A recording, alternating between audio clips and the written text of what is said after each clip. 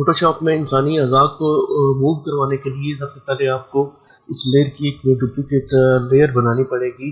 Control जे press करके यहाँ पर इसकी एक डुप्लीकेट लेयर बनाई।